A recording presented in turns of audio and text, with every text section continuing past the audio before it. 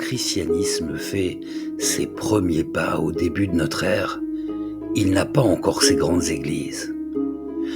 Pour exercer leur foi, les fidèles se cachent dans une maison privée, au creux d'une salle discrète, ou même dans l'obscurité d'une galerie souterraine. Peu à peu, ces espaces modestes deviennent des édifices nouveaux, appelés à bouleverser le monde romain. D'abord fragile et cachée, la foi chrétienne va s'élever en quelques siècles à travers l'immensité des basiliques. Mais comment cette architecture a-t-elle jailli des catacombes et des maisons privées? Pourquoi les chrétiens ont-ils adopté le modèle de la basilique romaine? Quels symboles et quelles images ont nourri leur premier lieu de culte? Et surtout, comment cet héritage continue-t-il, encore aujourd'hui, de marquer l'histoire de l'art et de l'architecture?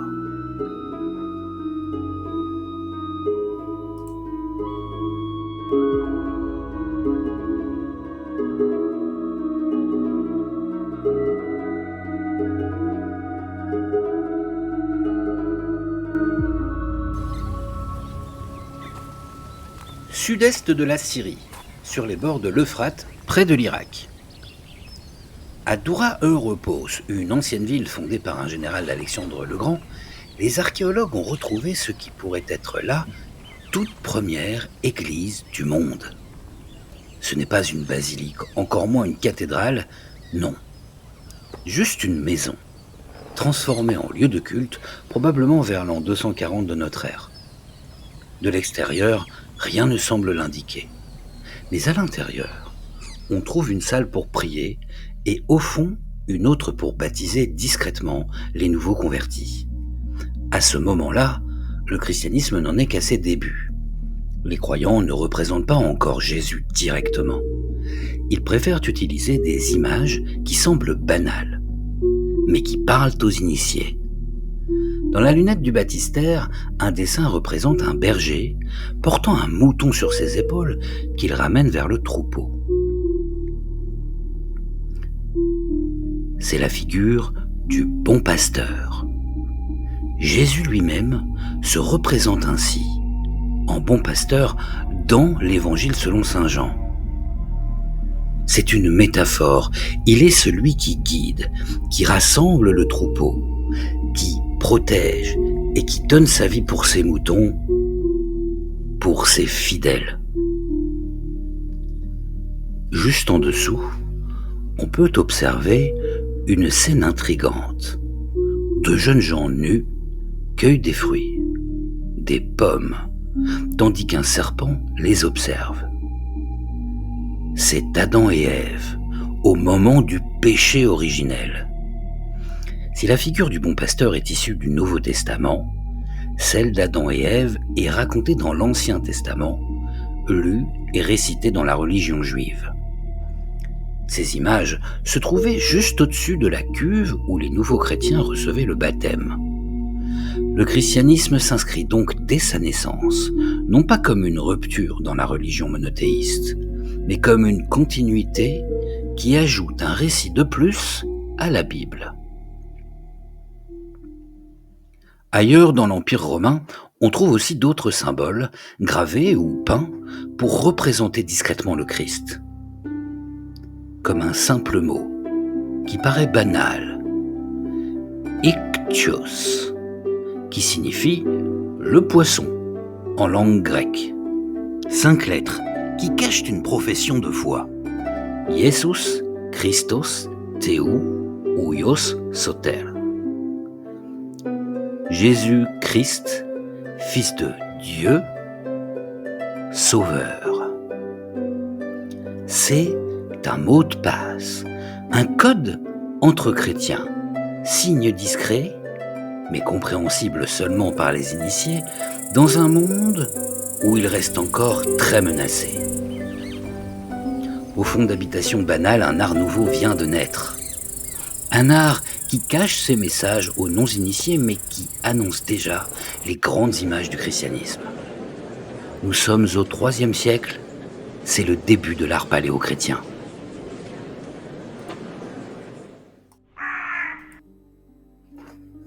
En ce IIIe siècle, un monde silencieux s'étend sous la ville de Rome.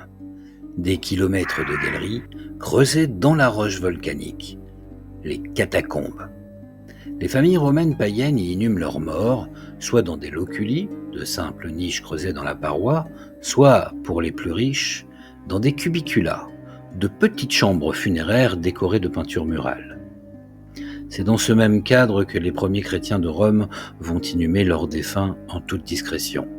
Ils reprennent les mêmes formes, les mêmes décors que les cubiculas païennes, mais ils y glissent parmi les fresques des symboles de profession de foi. En 2009, un groupe de chercheurs et d'archéologues de l'Institut d'études de la culture antique de l'Académie de Vienne, en Autriche, mené par le professeur Zimmermann, a modélisé à l'aide de la photogrammétrie une version 3D de la nécropole de Domitilla, située au sud de Rome, sur la Via Ardeatina, à l'extérieur des murs de la capitale antique. L'équipe a utilisé une technologie sophistiquée, du balayage laser, pour créer un nuage de points tridimensionnels de l'intégralité des 15 km de tunnels et de chambres qui s'y trouvent.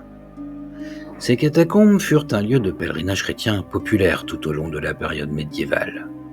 C'est le cimetière chrétien souterrain le plus vaste de Rome. Les martyrs les plus importants du cimetière sont Nérée et Achille, deux soldats victimes probablement de la persécution de Dioclétien contre les chrétiens, vers 304 de notre ère. On y trouve aussi l'hypogée des Flaviens. Il date de la fin du IIe siècle après Jésus-Christ et servait d'hypogée païen privé. Mais ensuite, il a accueilli, au IIIe siècle, des sépultures chrétiennes, décorées de scènes tirées des Saintes Écritures. On y reconnaît le bon pasteur ou encore Jonas recraché par le grand poisson. Des scènes de salut discrètes, mais déjà porteuses d'un sens nouveau. Dans le quartier de Trieste, cette fois au nord de Rome, sur la Via Salaria, d'autres catacombes où beaucoup de martyrs chrétiens assassinés sont enterrés sont les catacombes de Priscille. Elles abritent, elles aussi, un décor paléochrétien du IIIe siècle qui se trouve sur les murs du cubiculum de la Vellatio. Au centre de la voûte, la défunte est représentée en posture dorante, les bras levés, le visage tourné vers le ciel, vêtue d'une tunique ample et d'un voile. Autour d'elle, plusieurs scènes racontent des histoires bibliques. Des colombes, le bon pasteur, Abraham prêt à sacrifier son fils, les 3 Hébreux dans la fournaise, ou Jonas avalé puis recraché par un monstre marin. Chaque image a sa signification. Les colombes représentent les anges ou même l'Esprit Saint. Le sacrifice d'Isaac préfigure le sacrifice du Christ. Jonas et le poisson évoquent la résurrection.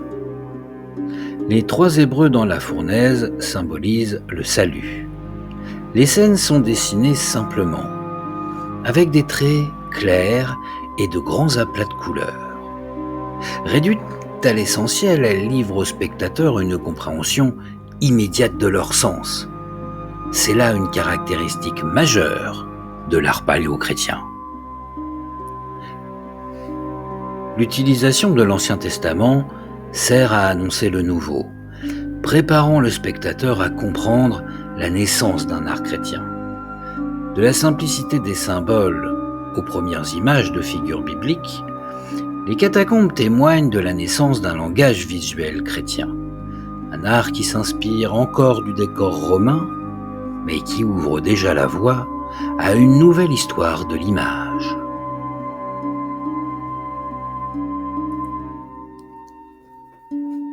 « 313. un tournant décisif survient. L'empereur Constantin proclame l'édit de Milan. Pour la première fois, les chrétiens obtiennent la liberté de culte. Les persécutions cessent, l'Église sort des catacombes. Le christianisme n'est pas encore religion d'État, mais il gagne une place visible dans la société romaine. Constantin lui-même, converti après la bataille du pont Milvius, devient protecteur et bienfaiteur. Il offre des terrains, finance des constructions et met son autorité impériale au service d'une foi chrétienne désormais légitimée. À Rome, sur la colline du Latran, il installe la première cathédrale de l'évêque de Rome, la basilique Saint-Jean de Latran. Un geste fort, presque politique, faire du christianisme une religion non plus cachée, mais publique, dotée de lieux de rassemblement à la mesure de ses communautés grandissantes. L'architecture doit désormais s'adapter à une exigence nouvelle: accueillir des foules, organiser la liturgie, affirmer une présence monumentale au cœur de l'Empire. C'est à ce moment précis que naît l'architecture chrétienne monumentale. Mais pourquoi le modèle de la basilique? Jusque-là, ce type de bâtiment n'avait rien de religieux. Dans la Rome antique, la basilique est un lieu civil. On y rend la justice, on y conclut des affaires, on y rassemble le peuple. À l'inverse, le temple romain, lui, est lié au culte païen. Son espace intérieur est réduit, réservé aux prêtres. Le peuple reste donc dehors, devant l'autel. Impossible d'y accueillir les foules chrétiennes. Mais la basilique, elle, offre un vaste espace rectangulaire. Elle peut contenir toute une assemblée. Elle est déjà conçue pour organiser la foule et pour donner un caractère officiel à tout ce qui s'y déroule. C'est donc ce modèle que les chrétiens adoptent et transforment. Un modèle civil devenu religieux. Une architecture profane réinventée en architecture sacrée. La basilique du Latran, première grande église officielle de Rome, est un exemple parfait de cette transformation. Ainsi, la basilique devient un espace monumental, visible, adapté à la liturgie et au rassemblement public. Elle transforme la foi en une présence physique et durable au cœur de Rome. C'est dans ces basiliques que l'art paléochrétien prend une nouvelle ampleur. Volume, lumière, décor, tout en conservant ses symboles et son langage.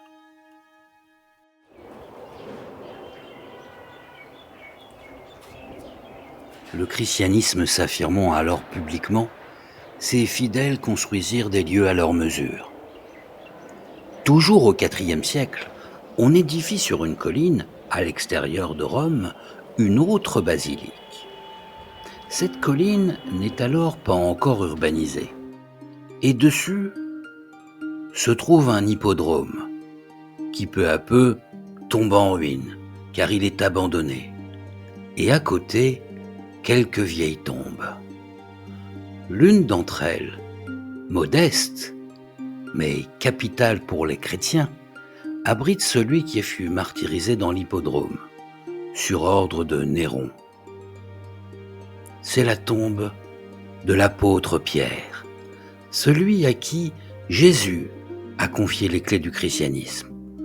On fait donc de cette tombe la base du chœur de la basilique Saint-Pierre de Rome. Au-dessus de son tombeau s'élève un édifice immense.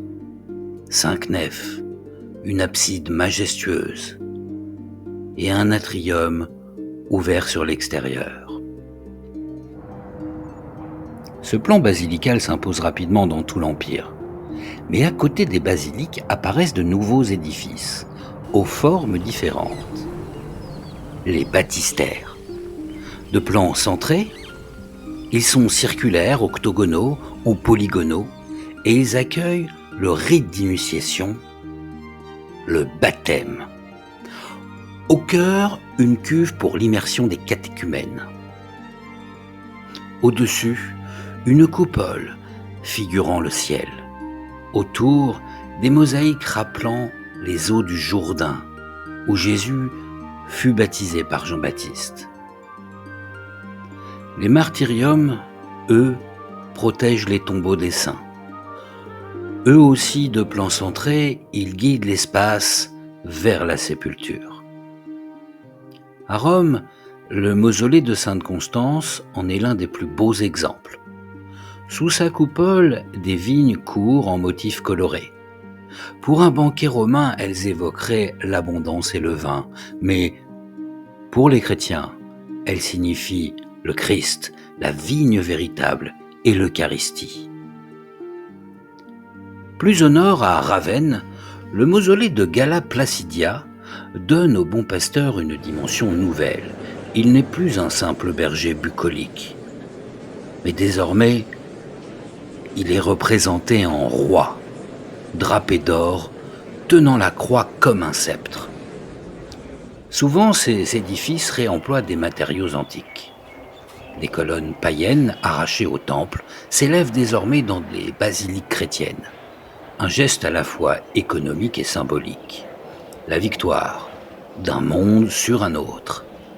La transformation de l'héritage classique en langage chrétien. Et c'est à Jérusalem que ce modèle atteint sa plus haute expression. La basilique du Saint-Sépulcre, une immense rotonde coiffée d'un dôme, enveloppe le tombeau du Christ lui-même. Ici, l'architecture ne se contente plus d'abriter la communauté. Elle devient un reliquaire monumental, un écrin pour le cœur de la foi chrétienne. À la fin du IVe siècle, l'empereur Théodose officialise le christianisme. Des catacombes aux basiliques, l'art chrétien devient celui de l'Empire romain et prépare les grandes expressions de l'art byzantin à l'est de la Méditerranée et de l'art carolingien